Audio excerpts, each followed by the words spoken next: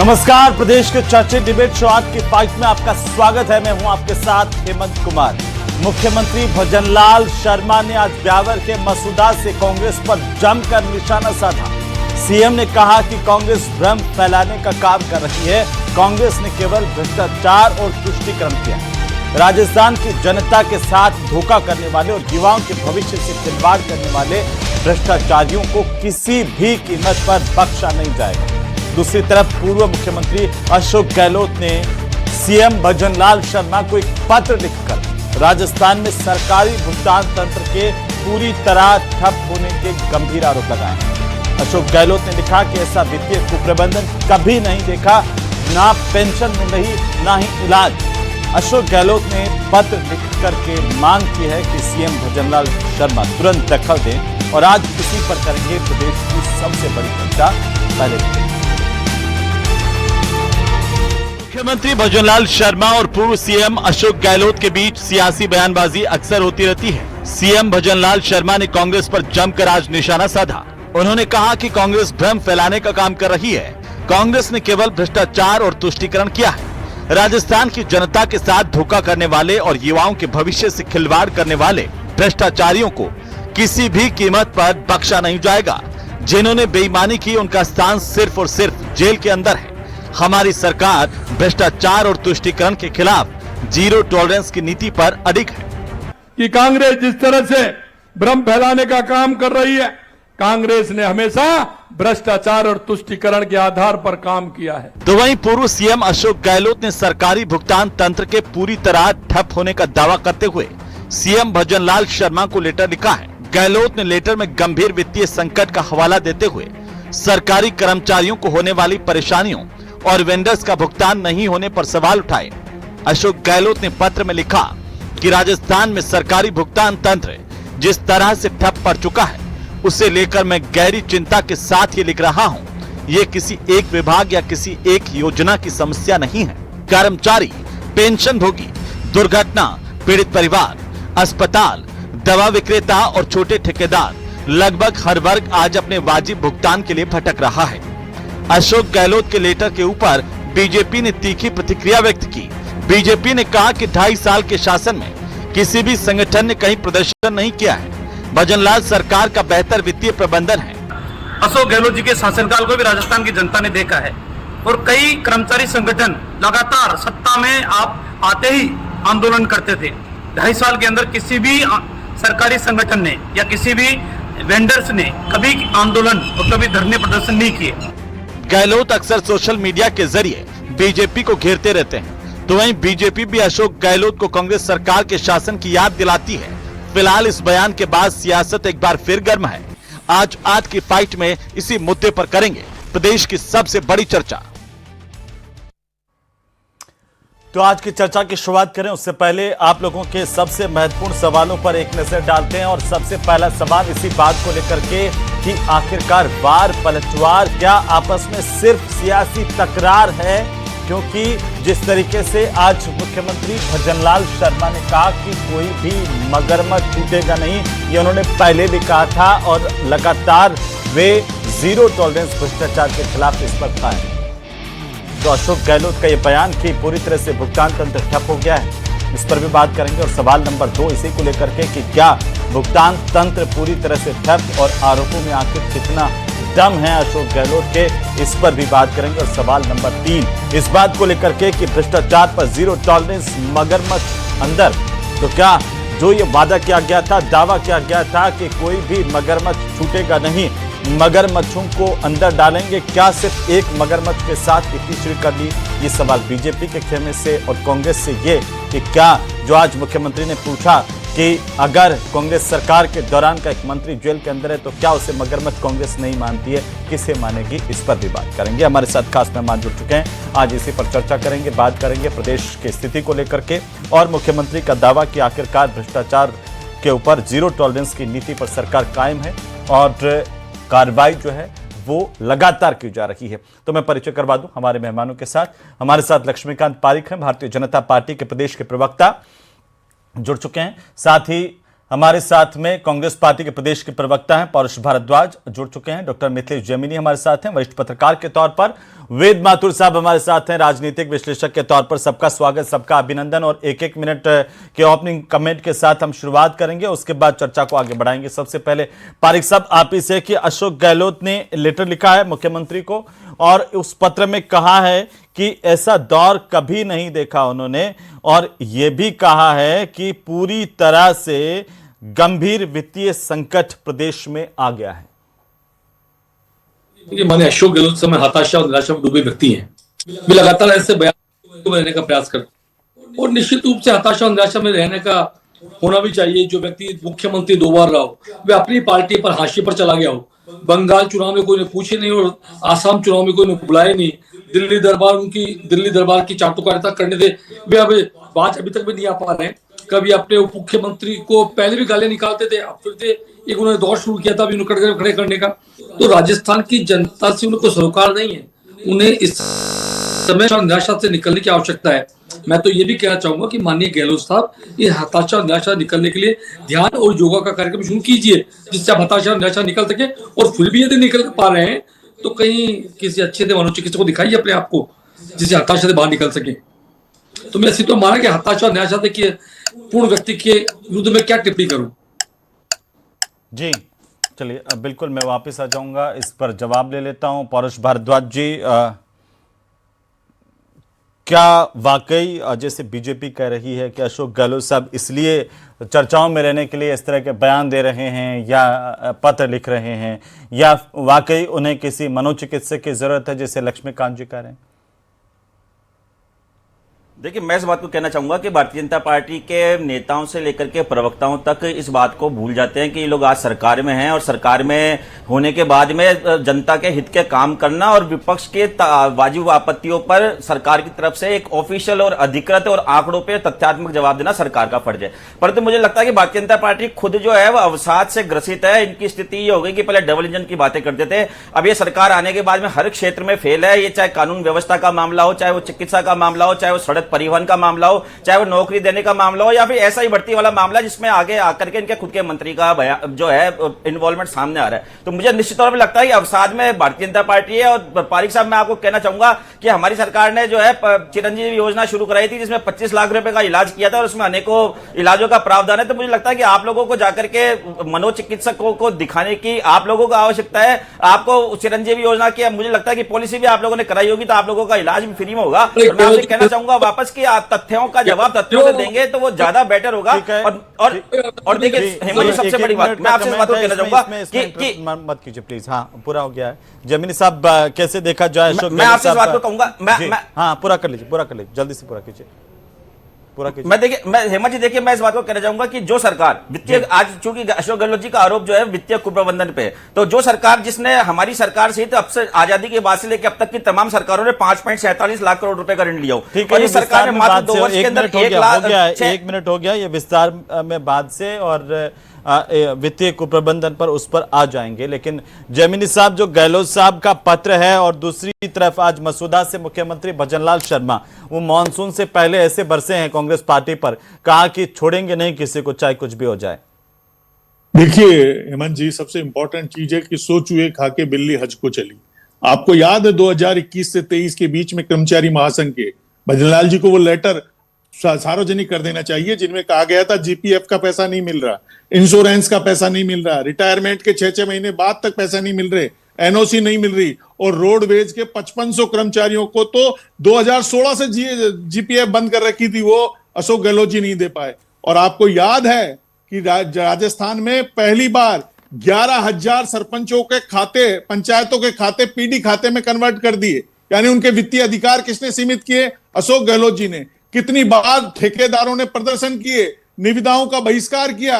और याद है जिस चिरंजीवी योजना की बात कर रहे हैं, जिस आरजीएचएस घोटाले इस सरकार ने पकड़े हैं, उस चिरंजीवी योजना का सबसे ज्यादा भुगतान एक निजी मेडिकल कॉलेज को हुआ। उसके आंकड़े सार्वजनिक करे भजनलाल जी, और उसमें किस कांग्रेस के दिग्गज नेता का समावेश है, किस दिग्गज नेता का हिस्सा लगा हुआ है, वो सार्वजनिक करे। आज जिस तरीके से भजनलाल जी ने कहा कोई नहीं बचेगा, तो इससे बढ़िया मौका नहीं है, क्योंकि केंद्र सरकार ने भी ये भी आयुष्मान तो साबित योजना करके में दिखाना होगा ना फिर जी। साबित हो रहा है जी। आप निकाल लीजिए। वेद एक माथुर भी साहब, ठीक है, अगर- वेद माथुर अगर साहब, ये कांग्रेस दो सरकार में दिग्गजों एक के भी आपस में RGHS सिर्फ वार घोटाला पलटवार पकड़ा गया हो, राजनीति इसमें सिर्फ एक भी देखते हैं, या चिरंजीवी योजना वाकई पकड़ा, जो घोटाला गहलोत पकड़ा साहब गया तो कह बता रहे हैं कि दीजिए। धरातल पर वित्तीय कुप्रबंधन इस तरह का कभी उन्होंने देखा नहीं, ना पेंशन मिल रही है ना इलाज मिल रहा है, कैसे देख रहे हैं?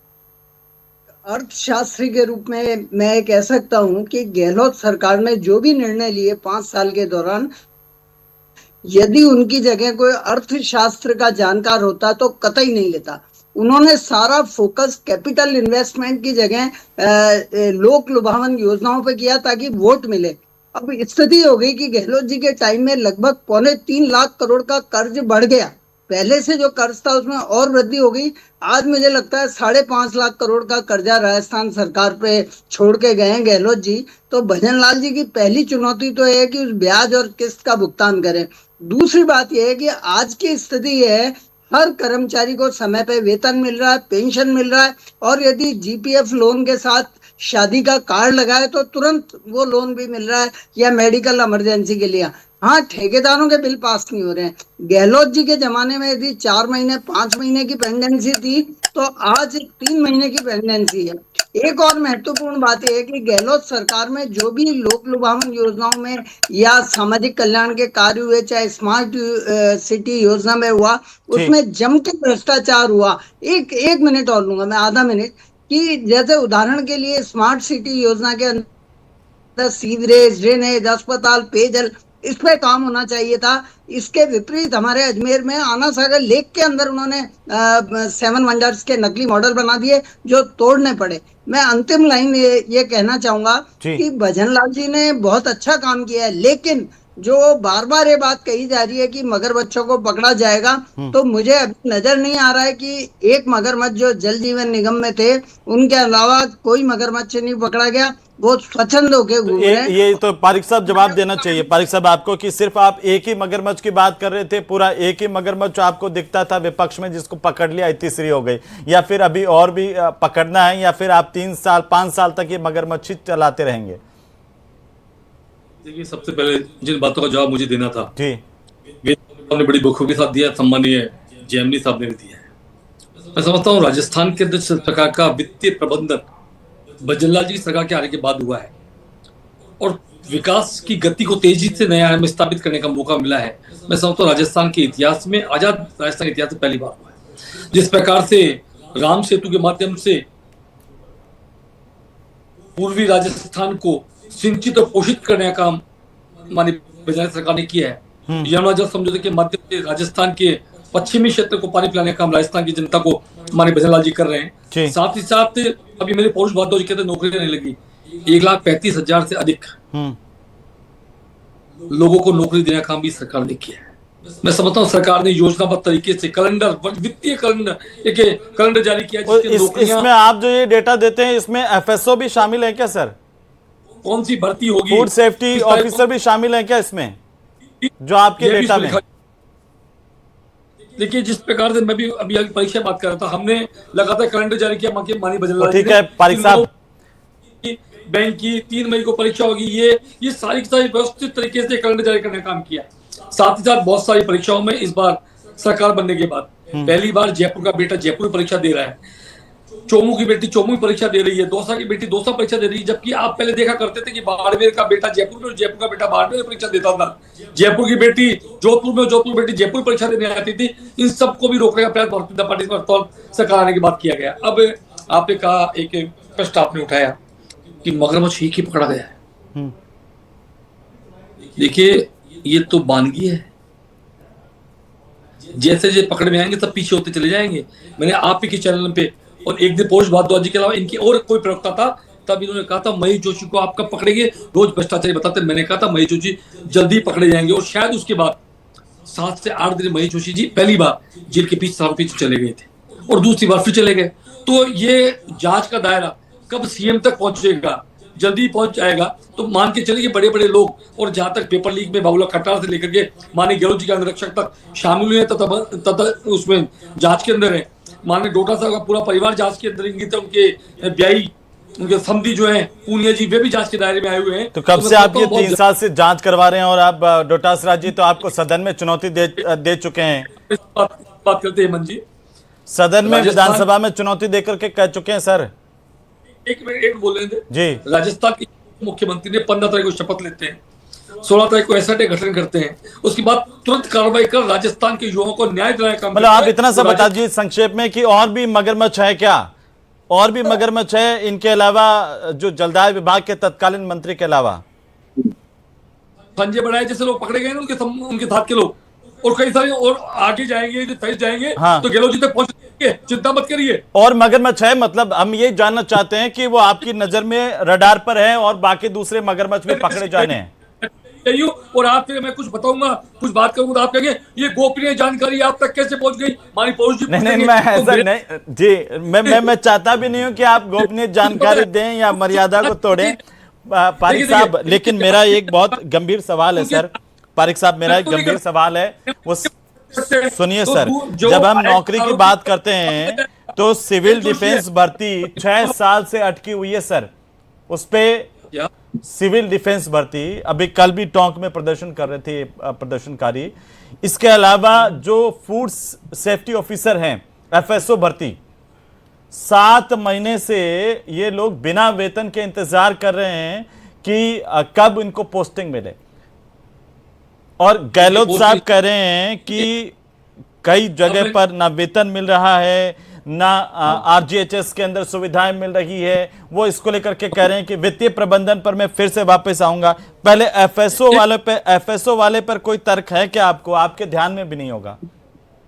देखिए, आपने जो बात कही अभी, सरकार इस तरह गंभीरता से इस पर ध्यान दे रही है और सरकार जल्दी ही सब भर्तियों को पूरा करने का प्रयास कर रही है। पहली बात। अब माने अशोक गहलोत जी बात कर लेता हूँ आपसे सीधे तौर पर। देखिए,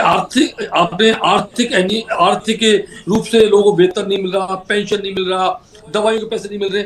मुझे लगता है अशोक गहलोत को तथ्यात्मक रूप से कोई भी अपने पत्र के माध्यम से दस्तावेज प्रस्तुत नहीं किए। ठीक है, ये ठीक है। मैं जी फारूक जी मैं आ रहा हूं, एक बार इनकी टिप्पणी लेनी जरूरी है। फारूक जी, वो कह रहे हैं कि कोई दस्तावेज, कोई तथ्यात्मक बात नहीं करते हैं अशोक गहलोत साहब, सिर्फ राजनीति करते हैं, या तो ट्वीट करते हैं या फिर इस तरह से पत्र की राजनीति कर रहे हैं। और उससे भी बड़ी बात कही है जमीनी साहब ने और वेद जी ने कि गहलोत राज में 5-6 महीने की जहां पेंडेंसी थी, वहां अब 3-4 महीने की पेंडेंसी है। देखिए हेमंत जी, मैं इस बात को कहना चाहूंगा कि जहां तक प्रमाण की जरूरत है तो मुझे लगता है कि प्रत्यक्षम किम प्रमाणम। आपको पता है कि अभी 2-4 या 5 दिन पहले की बात है कि जब है ना पूरे राजस्थान के जलदाय विभाग के कर्मचारी हड़ताल पे जाकर के पूरे राजस्थान की पानी की व्यवस्था जो है उसको ठप करने के लिए तैयार हो गए थे, और जो उन्होंने अल्टीमेटम भी दे दिया था कि कल से पूरे अगर सरकार ने हमें हमारे बकाया का भुगतान नहीं किया तो हम कल से पूरे राजस्थान की पेयजल सप्लाई ठप कर देंगे। उसके अलावा आरजीएचएस का उदाहरण हम सबके सामने है। और देखिए दूसरी बात है ना, जो हमारी सरकार के द्वारा जो तमाम घोषणाएं थी उनके सबके, चाहे वो 100 बिजली यूनिट फ्री की बात हो, चाहे वो नए चिरंजीवी योजना जिसका नाम बदल के अब इन्होंने मुख्यमंत्री आयुष्मान योजना कर दिया, उन सबके नए रजिस्ट्रेशन नहीं, अभी तो वित्तीय प्रबंधन जो गहलोत साहब ने कहा कि ऐसा कुप्रबंधन उन्होंने नहीं देखा, उस पर बताइए ना। क्या आपकी सरकार थी तब 4-5 महीने की पेंडेंसी नहीं थी, जो आप घट करके 2-3 महीने पर आ गई है? नहीं थी। देखिए मैं आपसे इस बात को कह रहा हूँ कि हेमंत जी देखिए, नहीं थी तो बता दीजिए ना। हेमंत जी मैं अपनी बात करूं। हाँ। नहीं, मैं आपसे इस बात को कह रहा हूँ कि देखिए नहीं थी तो आप कहिए ना कि वेद जी गलत बोल रहे हैं या जैमिनी साहब गलत बोल रहे हैं। मेरी बात क्यों नहीं कह रहे हैं? मेरी बात तो सुनिए। अगर मैं आपको इस बात को कह रहा हूँ कि अगर हमारे में कोई कमी थी, मैं ये नहीं कह रहा हमारे में कमी थी। नहीं, अगर मगर छोड़िए ना कि आपकी सरकार के अंदर 5-6 महीने की, 3-4 महीने की कमी की आड़ में अगर वर्तमान सरकार में पेंडेंसी घटी है तो कैसे बार बढ़ेगी मुझे बताइए। तो वित्तीय संकट कौन सी सरकार में था, ये तो दर्शक खुद ही तय कर लेंगे ना फिर। बिल्कुल, हाँ, निश्चित तौर पे देखिए फिर ये क्यों कह रहे हैं कि ऐसा कुप्रबंधन मैंने देखा नहीं? 75 क्यों कह रहे हैं? 75 बिल्कुल देखिए हमारी सरकार हर बार चुनाव के टाइम में एक नया पिटारा लाकर के खोल करके जनता को क्या सीख देते थे गहलोत साहब? गर्मी में कंबल बांटने वाले लास्ट टाइम में वोटों के लिए गहलोत साहब स्थिति ऐसी थी कि 75,000 चुनाव के टाइम में मसाले देने वाले गहलोत साहब हमारा रोक रखा था। आपको पता था जीएसटी क्या की लोग पुनर्गठन रोका था राशि थी, आपका? वो हमारी राजस्थान की इन्होंने रोक रखी थी। हमने किन परिस्थितियों के अंदर राज्य चलाया वो आपको भी पता तो है। आप मान रहे हैं ना लगातार कि हमारे डंडे आपका डाले जाते वित्तीय थे। सिस्टम हमारी सबसे ज्यादा वित्तीय खराब राशि हालत में सुनिए, आपने हमारे चलाया। राज्य के हिस्सा, हमारे राज्य का हिस्से का जो वित्तीय, हमारे हिस्से का जो पैसा था, सरकारी पैसा था, उसको रोका गया। और देखिए ये सरकार नहीं तो तो बात कर रही है, आप ये अशोक मान गहलोत चुके के हैं आरोप ना नहीं लगा कि रहे। आपके फरवरी समय में सुनिए, वित्तीय सुनिए तो सही, प्रबंधन फरवरी सबसे में ज्यादा कैग चरमराया ने- हुआ था। फरवरी में राजस्थान विधानसभा में कैग ने रिपोर्ट प्रस्तुत की थी। उसके अनुसार देखिए सरकार जो है वो तय बजट के हिसाब से 13,762 रुपए की राशि खर्च नहीं कर पाई। उसके अलावा बुनियादी ढांचे में 56,327 करोड़ कहाँ रुपए की बात खर्च करने कहाँ का प्रावधान था और ये सरकार मात्र 51.82 करोड़ रुपए खर्च कर पाई। सरकारी देनदारियां जो है वो 42,972 करोड़ रुपए की हो गई। इसका अनुमान था। इसके विपरीत सरकार ने 71,261 करोड़ रुपए का कर्जा उठाया और उसके अलावा मार्च के महीने में देखिए इन्होंने आनंद फानंद में 20% खर्च जमीनी किया। साहब कुछ ये बात कहना हम चाह रहे नहीं हैं, कह रहे, मानते ये हैं। नहीं, मैं ये कहना चाह रहा हूं। कैग ने ठीक है, रिपोर्ट प्रस्तुत मैं ये की है। कहना चाह रहा और हूं। कैग की रुक रिपोर्ट जाइए ना। इस सरकार ने आज- अरे रुकिए तो सही सर। आपको आज बताइए क्या आज मतलब देश क्या में हाँ। जीबीजी रामजी लागू कर दिया और मुख्यमंत्री ने ब्यावर से साफ कहा कि 7 दिन में अगर भुगतान नहीं हुआ मजदूरी का 300 रुपए से कम मजदूरी नहीं मिलेगी तो जुर्माना लगेगा। तो ये जो घोषणा है, और आपको लेकिन याद है विपक्ष तो कह रहा है ना 2022 कि इतना बजट ही देखिए, नहीं है राज्य के पास अरे में। अरे बजट सब कुछ 2022 का याद है क्या पौरुष जी को, कि जो एसएफसी के 3,000 करोड़ रुपए रोक रखे थे राज्य वित्त आयोग के सरपंचों के पंचों के, और एफएफसी के 1,500 करोड़ रुपए रोके थे, जिससे रोकने लेकिन बड़ा गजब का प्रबंधन है कि आपका वित्तीय संकट जो ये हालात थे। आपका अरे खर्च का जो पौरुष अनुमान जी, था उसका पौरुष आपने जी, तय सीमा से ये मैं गांव का आदमी हूं, ज्यादा गांव में क्या होता था मुझे 71,261 पता करोड़ रुपए का है। खर्चा उठाया। अरे जबकि क्या बजट के होता समय था आपने साहब, मात्र आपको इसकी पता है 49,000 की गांव बात में। की थी। इस बात का तो जवाब दीजिए। ये आप आंकड़े आपके पास निकाल 100 के रुपए देख का आपने लीजिए। प्रावधान किया, 100 रुपए में अरे आप आंकड़े देख लीजिए, प्रावधानों को छोड़िए आप। 100 रुपए में आप और 49 आज रुपए की खर्च तारीख करें, में 51 रुपए आप खर्च राजस्थान नहीं में कर पाए। किसी भी और ऊपर से आप पेंशनधारी कर्जा को और ले रहे पहली हैं। तारीख इस को बात तनख्वाह का मिल तो जवाब रही है, दीजिए कि जो किसी जो वेतनधारी को वित्तीय मिल रही है। प्रबंधन था, दूसरा जो इंपॉर्टेंट, 2 आपने महीने से बजट में ज्यादा प्रावधान पेंडेंसी रखे, नहीं है, उसको आप और खर्च नहीं कर पाए, केवाईसी और के उसके अलावा कारण आपने कुछ कर्जा सामाजिक लिया। पेंशन ये आपकी दे स्थिति रहे है। हैं। आज और मुझे जितने बता भी दीजिए कि कौन ये सी पहली चीज़ है। सरकार आपके है कर्मचारियों को आप जिसने तनख्वाह खाद्य टाइम पे नहीं सुरक्षा दे पा में रहे, लोगों ने खुद पेंशन के आप नाम टाइम पे नहीं दे पा रहे, ईमानदारी से, जो सामाजिक और जिनको सुरक्षा की जरूरत है राशि उनके दे रहे नाम हैं, जोड़े गए। पारिक साहब जवाब दीजिए। ठीक है, पारिक साहब पेंशन राशि अटकी रहती थी। बोलिए बोलिए। ये माननीय एक विद्वान आदमी है, मैं समझता हूँ अपनी असफलताओं का ठीक है दूसरे बातें में नहीं बढ़ना चाहिए।